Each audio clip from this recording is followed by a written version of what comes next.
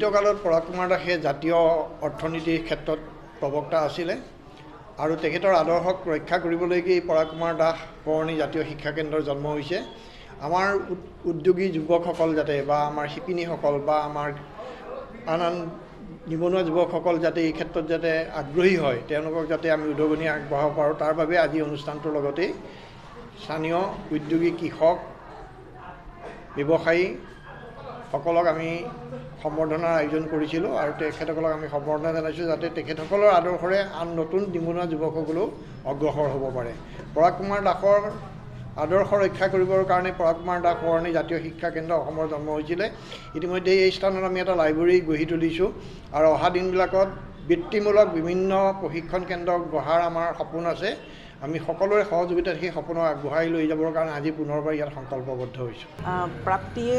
বহুত দায়িত্ব বঢ়ায় আৰু প্ৰথমতে মই উদ্যোক্তাসকলক ধন্যবাদ জ্ঞাপন কৰিছোঁ আৰু এই সম্বৰ্ধনা যি দিলে এইটোৱে মোৰ দায়িত্ব আৰু বঢ়াই দিলে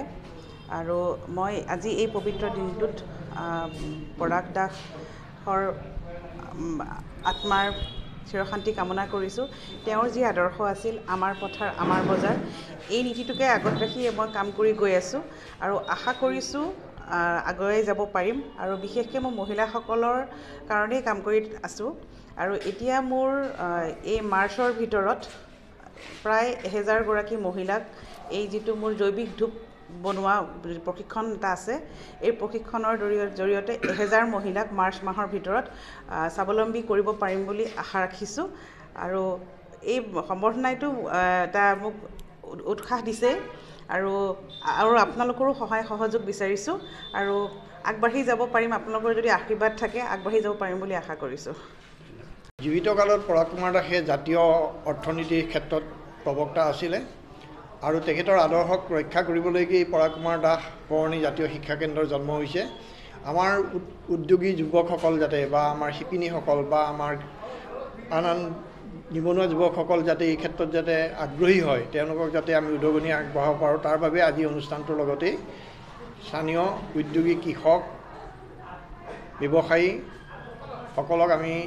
সম্বৰ্ধনাৰ আয়োজন কৰিছিলোঁ আৰু তেখেতসকলক আমি সম্বৰ্ধনা জনাইছোঁ যাতে তেখেতসকলৰ আদৰ্শৰে আন নতুন নিবনুৱা যুৱকসকলেও অগ্ৰসৰ হ'ব পাৰে। পৰাগ কুমাৰ দাসৰ আদৰ্শ ৰক্ষা কৰিবৰ কাৰণে পৰাগ কুমাৰ দাস বৰনী জাতীয় শিক্ষা কেন্দ্ৰ অসমৰ জন্ম হৈছিলে। ইতিমধ্যে এই স্থানত আমি এটা লাইব্ৰেৰী গঢ়ি তুলিছোঁ আৰু অহা দিনবিলাকত বৃত্তিমূলক বিভিন্ন প্ৰশিক্ষণ কেন্দ্ৰ গঢ়াৰ আমাৰ সপোন আছে। আমি সকলোৰে সহযোগিতাত সেই সপোনক আগবঢ়াই লৈ যাবৰ কাৰণে আজি পুনৰবাৰ ইয়াত সংকল্পবদ্ধ হৈছোঁ। প্ৰাপ্তিয়ে বহুত দায়িত্ব বঢ়ায় আৰু প্ৰথমতে মই উদ্যোক্তাসকলক ধন্যবাদ জ্ঞাপন কৰিছোঁ আৰু এই সম্বৰ্ধনা যি দিলে এইটোৱে মোৰ দায়িত্ব আৰু বঢ়াই দিলে